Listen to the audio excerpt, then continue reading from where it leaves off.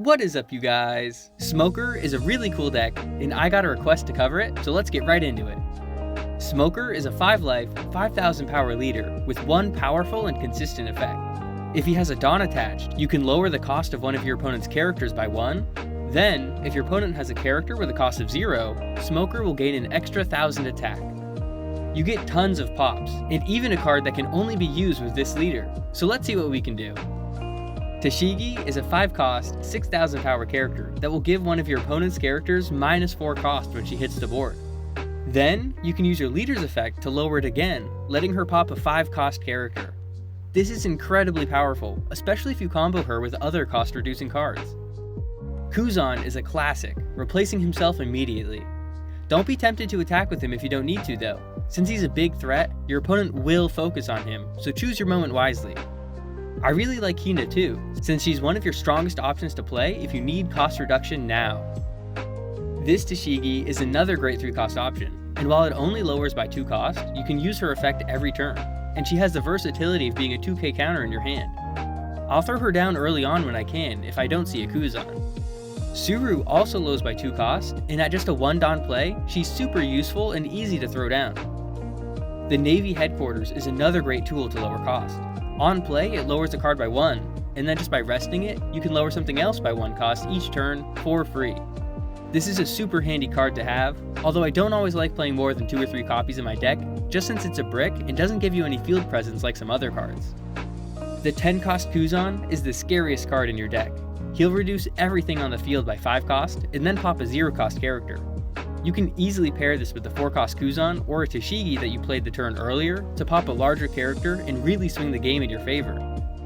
Alternatively, if you already have a Brook on the field, you can pop a 5-cost character with Kuzan and then a 6-cost character with Brook. Resetting your opponent's field like this will basically win you the game. Brook is not only the most versatile pop in the deck, but I'd also say it's the best out of all the black cards. On play and on attack, he can lower something by 1 cost and then pop a 0-cost character. Since he's just 3 Dawn, he's really easy to pair with other cards to create some pretty devastating combos. The best part is, he can do it every turn, so make sure to protect this guy if you can. Another card that can pop every turn is a 7-cost Jack. You could play the 7-cost Teach instead. I just prefer Jack since he's harder for your opponent to remove and can cycle your hand. Black decks, especially Navy leaders, suffer from having a lot of bricks. So Jack can help get cards without counters out of your hand, giving you the chance to see what you need. Just like Brook, these cards can be used each turn to remove something, so defend them with your life and you'll gain control of the whole board.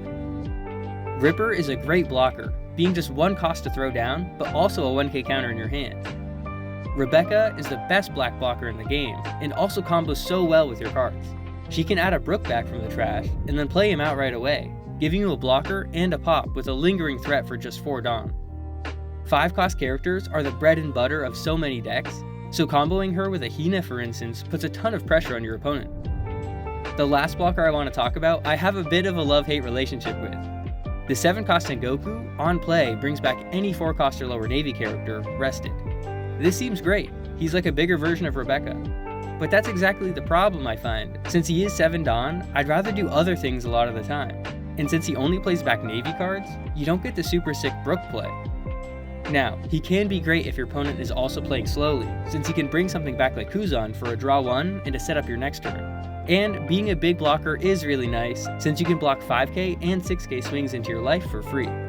A lot of people love this card, so I guess I'm in the minority, but if you want to swap him for another Jack, more 2k counters, or something like Brand New to search more, I say go for it. Brand New was the best Navy searcher until OP11 came out, so now we get this great Kobe event for 1 less Dawn.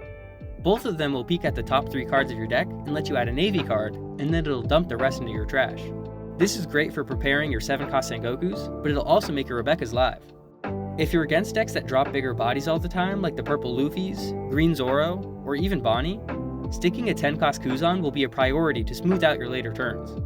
It'll be especially nice to prepare a 4-cost Kuzan or a Tashigi with your Navy Headquarters up to take care of things like Linlins, Sanjis, Mihawks, or any other beat stick in one fell swoop.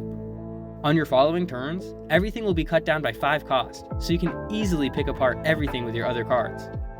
Many times, especially if you don't have a blocker, it'll make sense to not swing with Kuzan, just to make sure his continuous effect stays active, since 10,000 power is relatively vulnerable. Against smaller, more annoying decks like Red Zoro, Red Rayleigh, and the like, Jack will clean them up like nobody's business. And against everything, Brook is the MVP. He just keeps boards clear and he combos great with everything. Smoker is one of the coolest and consistently powerful decks I've played. Thanks for watching the video, and let me know what you guys want to see next. And don't forget to subscribe while you're at it, it really helps out the channel. But until then, I'll see you guys next time.